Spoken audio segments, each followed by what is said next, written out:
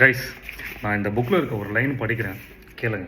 Against stupidity த God himself fight அன்விக்டோரியஸ். முட்டாளுங்க கிட்ட ஜெயிக்கிறது கடவுளால கூட முடியாது அப்படின்றது தான். இந்த ஸ்டோரியில கடவுள் யாரு அப்படின்றத பார்க்கறதுக்கு முன்னாடி இந்த முட்டாள் யாரு அப்படின்றத நம்ம பார்க்கலாம். ஒரு 20 வயசு பையனால 1831 என்னங்க பெருசா பண்ணிட முடியும்? டெக்னாலஜிலாம் அந்த அளவுக்கு கிடையாது, மொபைல் போன் கூட அவ்வளோலாம் கிடையாது. 19 வயசுலயே அப்பா கூட ப்ரொட்டஸ்ட்லாம் போயிட்டு இவருக்குன்னு தனியா ஒரு டீம் எல்லாம் லீட் பண்ணி இதை நீங்க இப்படி பண்ணுங்க, அதை நீங்க இப்படி பண்ணுங்க, அப்பதான் சரியா வரும்னு ஏகப்பட்ட ப்ரொட்டஸ்ட் அட்டன் பண்ணி ஏன் 3 வாட்டி ஜெயிலுக்கு கூட போயிட்டு வந்திருக்காரு. எதுக்கு தெரியுமா?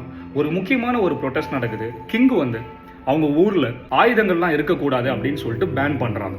இதை பேன் பண்ணக்கூடாது அப்படின்னு நிறைய பேர் ப்ரொட்டஸ்ட் பண்றாங்க. அதுல ஒரு டீம் இந்த முட்டாளோட டீம். இவங்க ப்ரொட்டஸ்ட் பண்றப்ப கையில கத்தி அண்ட் ஒரு கையில கிளாஸ்ல சம் ட்ரிங்க்ஸ், இது ரெண்டுத்தையுமே கையில வச்சுட்டு கூட்டத்துல மேலே ஏறிட்டு எங்கேயோ இருக்கிற கிங்குக்கு இவர் ஒரு விஷயம் சொல்றாரு. ஆனா அது அந்த கிங்குக்கு கேட்கல. ஆனா கிங்கை சுத்தி இருக்கிற நிறைய பேர் இவரு பாக்கெட்ல கத்தி இருக்கிறத பார்த்ததுக்கு அப்புறமா இவரு கிங்கை மிரட்டுறதுக்காக ஏதோ ஒரு விஷயம் சொல்றாரு அப்படின்னு புரிஞ்சுக்கிட்டு இவரை ஜெயில அடைச்சிடுறாங்க 6 மாசம். அதுக்கப்புறம் ஜெயில இருந்தெல்லாம் வெளியே வந்துடுறாரு. ஆனா இந்த முட்டாள் கிட்ட ஒரு மிகப்பெரிய கிஃப்டட் நாலேஜ் ஒன்று இருக்கு, மேத்தமெட்டிக்கல் நாலேஜ். எந்த இடத்துலையுமே படிச்சு தெரிஞ்சது கிடையாது, யாரும் சொல்லி கொடுத்து புரிஞ்சது கிடையாது. ஜஸ்ட் ஒன்லி தாட்ஸ், வெறும் தாட்ஸை மட்டும் நம்பினதுனால இவராலேயே ஏகப்பட்ட தியரம்ஸும் ப்ரூஃபும் இவரோட மண்டக்குள்ள ஓடிக்கிட்டே இருந்திருக்கு. இவர் மண்டக்குள்ள ஓடிக்கிட்டு இருக்கிற ஒரு விஷயங்களை நான் எப்படி இதை பேப்பர்ல கொண்டு வரலாம் அப்படின்னு சொல்லிட்டு நிறைய மேத்தமெட்டிஷியன்ஸ் எல்லாம் மீட் பண்றாரு. பாலிடெக்னிக் காலேஜ்ல படிக்கிறாரு. தென் அகைன் இவரும் ஒரு டீச்சரா ஆகணும்னு சொல்லிட்டு நிறைய ஸ்டூடெண்ட்ஸ்க்கு சொல்லி கொடுக்குறாரு. இன் பிட்வீன் திஸ் இவரோட பாலிடெக்னிக் காலேஜ்ல இருக்கவங்க இவரை யாருமே நம்பினதே கிடையாது. பைத்தியக்காரன், லூசு, அரகண்ட் அப்படின்னு இவரை ரொம்ப பைத்தியம் சொல்லி அவரோட மூளையை மங்குற அளவுக்கு அவரை ட்ரீட் பண்ணியிருக்காங்க.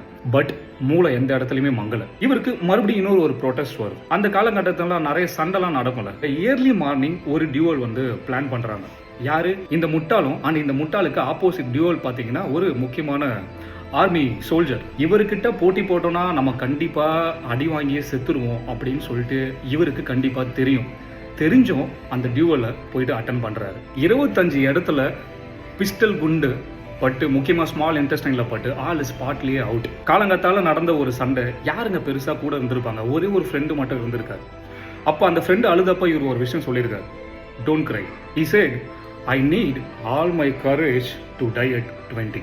எவ்வளோ பெரிய லைன் இது! ஒருத்தன் 20 வயசுல தைரியமா சாவறதுக்கு கூட துணிஞ்சிருக்கான் அப்படின்னா அப்ப அவன் வாழ்க்கையில் என்ன சாதிச்சிருப்பான்? யோசிச்சு பாருங்க. அவர் தான் கேலியோஸ் பாலினாமியல் தியரமை கண்டுபிடிச்சது. அது இல்லாம நமக்கு ஒரு பார்மா ட்ரக் கூட இப்ப கிடைச்சிருக்காது. ஜஸ்ட் யோசிச்சு பாருங்க. இதுல முட்டாளை பத்தி நம்ம தெரிஞ்சுக்கிட்டோம், ஆனா கடவுள் யாருன்றது நமக்கு இன்னும் தெரியாது.